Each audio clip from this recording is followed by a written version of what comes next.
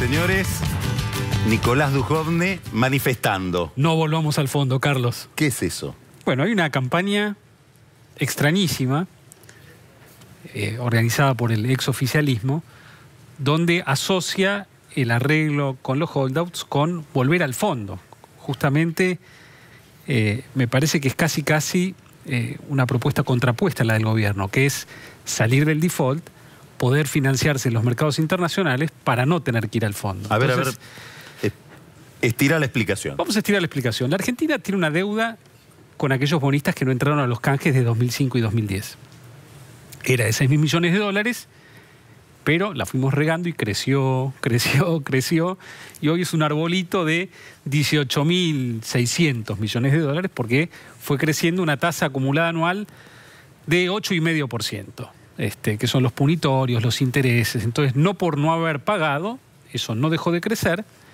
Dejaría de crecer simplemente si lo repudiamos, pero si lo repudiamos no tenemos acceso a financiamiento externo. Entonces, la propuesta del gobierno es, bueno, vamos a pagar eso con una quita de 38%, vamos a bajar esa deuda a 12.000 y además vamos a emitir bonos que los vamos a colocar en una tasa del 7,5%, que es inferior a la tasa que devengaría esa deuda de 18.000, ¿no? Entonces nos ahorramos plata, quitamos parte del capital, encima la tasa de interés que nos cuesta es menor. Es importante comparar las dos tasas. 7,5 contra 8,5, que es lo que venimos devengando judicialmente por barrer la basura abajo de la alfombra. Entonces, quiere decir que estamos cambiando una deuda cara por una deuda más barata. Claro, Argentina no está aumentando ese endeudamiento. Por más que no computase dentro de sus estadísticas de deuda pública la deuda que teníamos con los holdouts, esa deuda está ahí, está creciendo. Esa deuda existe y se devenga. Es como tener un bono que en vez de pagar en efectivo los intereses los capitaliza, ¿no? Correcto, sí. Bueno, ahora, así como es extrañísima el planteo de... La consigna. No volvamos al fondo. Ayer el presidente Macri en una entrevista dijo, bueno, si no sale en el Congreso el acuerdo para poder terminar de pagar el acuerdo con los holdouts, Argentina va a entrar en una hiperinflación, a lo cual Kicillof dijo que tener una hiperinflación es mucho más anormal que tener una plaga de langostas. A ver... No sé la si peor plaga de langostas en 50 años azota a varias provincias del país. Claro. Y afecta a 700.000 hectáreas. La tuvimos verano. Tuvimos plaga de langostas. Pero en cualquier momento viene la hiperinflación. Más allá del humorada, Argentina no va a tener una hiperinflación, porque obviamente la alternativa, si no tuviéramos el acuerdo con los holdouts, sería o emitir mucho dinero o restringir muchísimo el dinero. Esa sería la opción de la hiperinflación. Claro, emitir mucho dinero sería la opción de la hiperinflación, sí. O la otra sería decir, bueno, como yo la plata que me iba a venir del financiamiento en el mercado la iba a usar para pagar deuda, ahora no solo necesito, digamos, conseguir dólares para pagar la deuda comprando dólares en el mercado, para el cual necesito bajar más las importaciones y ajustar más el nivel de actividad. Entonces, la opción más bien sería una recesión muy grande, ¿no? Más que hiperinflación, la opción... ¿Y por qué ese camino... Bueno, ahora... de no salir del default nos llevaría al fondo?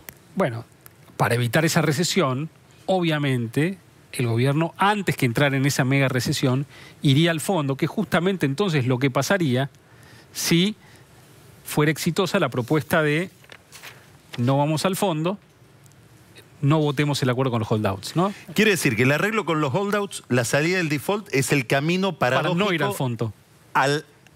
A la vía heterodoxa o gradualista desde el punto de vista fiscal. Bueno, es una de las vías para la vía gradualista, heterodoxa, de la Junta Fiscal, porque, ojo, si fuéramos al fondo también tendríamos esa vía gradualista. Pero la Argentina ha elegido no ir al fondo, ha elegido la vía gradualista vía endeudamiento en el mercado y no con el FMI, porque el FMI de repente quiere poner condicionamientos que la Argentina no va a querer tomar. ¿Y vos crees que la Argentina no va a ir al fondo al final de todo? Yo creo porque que si el fondo te ofrece plata más barata, ¿por qué no vas a ir? Yo creo que tendría lógica ir, que no estaría mal, entiendo los condicionamientos políticos. Entonces, si la Argentina puede financiarse en el mercado a una tasa razonable... ¿Qué es razonable? Razonable para la Argentina sería arrancar pagando por la deuda que va a emitir para cancelar su deuda, 7,5%, y que ese costo vaya bajando hasta el 6%, en los próximos trimestres, que estaría todavía por encima de la tasa a la que se financian nuestros vecinos, Uruguay, Perú, Chile. Brasil hoy se financia al 6%. Pero la tasa que te cobra el fondo es más barata, a cambio te pide programas de monitoreo que no serían tal vez tan distintos a las políticas que va a aplicar la Argentina, pero tiene un costo político. Y el gobierno ya está pagando costos políticos por otro lado y es lógico que quiere evitar ese, ¿no? Si uno fuera un mero análisis financiero de qué deuda me cuesta más barata, bueno, el fondo es más barato que tomar deuda del mercado, pero, digamos, si uno puede tomar deuda del mercado, también está mostrando un mayor grado de independencia y evita el costo político de tomar ese camino. Ahora te quiero hacer una pregunta sobre inflación. Inflación y posibilidades de recesión, crecimiento. Sí. ¿Cómo ves el año? Yo veo que la inflación global ha sido alta en estos primeros 3 meses. Eso es casi un proceso físico, Carlos. Si uno deprecia la moneda, Argentina tuvo que mover su tipo de cambio oficial, que ahora opera más o menos en el mismo lugar donde operaba antes el tipo de cambio paralelo. Hay precios vinculados a ese tipo de cambio, de las importaciones, de las exportaciones, que se mueve. Es un proceso. Entonces, esa inflación, que es un cambio de precios relativos, aumentan los precios de los bienes que se comercian con el resto del mundo en relación a los restantes, ha explicado gran parte de la inflación de estos 3 meses. Ahora, la inflación núcleo viene bajando. ¿A qué le llamas núcleo? Bueno, la inflación que se llama, los americanos lo llaman la core inflation, que es aquella inflación que no son ni los productos estacionales ni regulados, sino el corazón de una muestra de productos muy, muy amplia. Esa inflación arrancó post-devaluación en algo parecido al 5% y ahora en febrero, bajó hasta el 3%. Es probable que eso pudiera seguir bajando al 2,5%, al 2%, al costo también de una caída del nivel de actividad que ha ocurrido en este primer trimestre, producto de la caída en los salarios reales y su impacto en el consumo.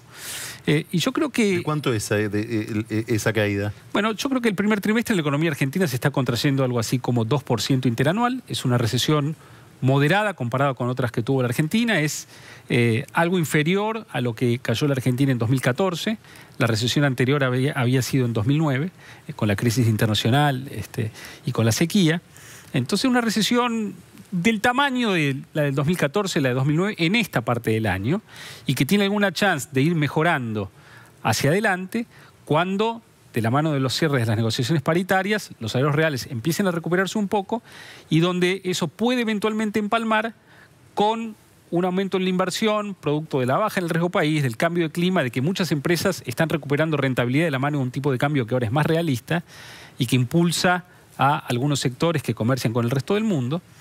Entonces, eso es muy probable que empiece a ocurrir lentamente. No ocurre a la vez la caída en el consumo con la suba en la inversión, digamos. Son dos procesos que van a ritmos diferentes, ¿no? Y donde la estabilidad del programa económico, que el programa económico entre en una etapa virtuosa de desinflación, tiende a reincentivar el aumento de la inversión. Entonces, yo creo que eso lo podemos ver a partir del tercer trimestre probablemente, y llegar los a una que economía... están comprando y vendiendo dólares, sí, ahora en los mercados de futuros, ¿qué están diagnosticando? Los que ¿Creen en lo que vos decís o están más nerviosos? Bueno, lo que están haciendo es apostando a la visión virtuosa de la inflación, es decir, a que efectivamente la tasa de inflación va a ir bajando en los próximos meses y que las tasas de interés en pesos que hoy paga la Argentina, que son muy altas, van a ir bajando. No solo eso, sino que son más altas que la devaluación esperada. Es decir, piensan que el tipo de cambio va a estar bajo control y están hoy posicionándose en activos en pesos, ¿no? Y de hecho, hemos visto una violenta apreciación del tipo de cambio en la semana anterior, cuando todavía aún no han entrado los dólares de la soja, que empiezan típicamente allá por el 10 de abril, ¿no? Empezó alguna entrada de capitales de portafolio que están suavizando entonces el tránsito hacia el trimestre de mayor abundancia de divisas. Entonces, lo que están viendo quienes compran y venden activos mirando la inflación y mirando el peso, yo creo que están apostando a que la inflación va a seguir bajando en los meses que vienen. Y la última te hago. ¿Y esa gente ¿qué dice cuando alguien les dice: acá hay un problema fiscal enorme, no hay el suficiente ajuste fiscal, hay un problema de déficit público que va en contra de estas expectativas? Esa es una de las dos críticas que recibe el programa económico. Por eso te lo hago. Por un lado hay una crítica que es la crítica más ideológica, que es esto es neoliberalismo y no funciona. Y hay otra que es, bueno, como acá no hay un ajuste fiscal suficiente, va a haber que emitir muchos pesos, el tipo de cambio va a estar fuera de control y ese escenario virtuoso no se va a producir porque la recesión va a ser más fuerte y Macri va a perder gobernabilidad. La realidad es que todo esto depende de cuánto financiamiento tenga la Argentina. Si hay demanda de deuda argentina, tanto en pesos como en dólares, para transitar este año en donde todavía el déficit fiscal es alto, la visión virtuosa del programa económico va a ser la que se imponga. ¿Y por qué los que se están yendo del dólar apuestan a que va a haber dólares y que va a haber financiamiento? ¿Por qué no hay una expectativa de que el dólar se va a ir para arriba, sino para abajo? ¿Qué están mirando? Yo creo que están mirando, por ejemplo... En términos de deuda, ¿no? Yo creo que están mirando, por ejemplo, que la inversión directa externa en la Argentina, en los últimos años, ha sumado menos de 1 punto del PBI, cuando en promedio en la región han dado por 3 puntos y medio del producto, aún ahora con estos precios de los commodities y con cierta sensación de crisis. Si la Argentina pudiera tener la mitad de la inversión directa externa que tienen estos países, los dólares sobrarían en el mercado de cambios y la Argentina probablemente tendría que convivir con un problema más bien de sobrevaluación de la moneda más que de depreciación. Y quienes están apostando hoy al peso están con esta visión en la cabeza de que en la Argentina van a aparecer los dólares. Te doy unos numeritos muy chiquitos. Acaba de colocar la provincia de Buenos Aires 1.250 millones de dólares. Está por colocar la ciudad de Buenos Aires, la provincia de Mendoza, la empresa Pampa, probablemente Clarín también, para fondear parte de su operación vinculada a Nextel. Y siguen los nombres. Y cada una de esas operaciones son entre 500 y 1.000 millones de dólares, con lo cual a mí me da la sensación de que estamos entrando en un periodo donde el problema para el gobierno va a ser un poquito más de abundancia de dólares que de falta de dólares.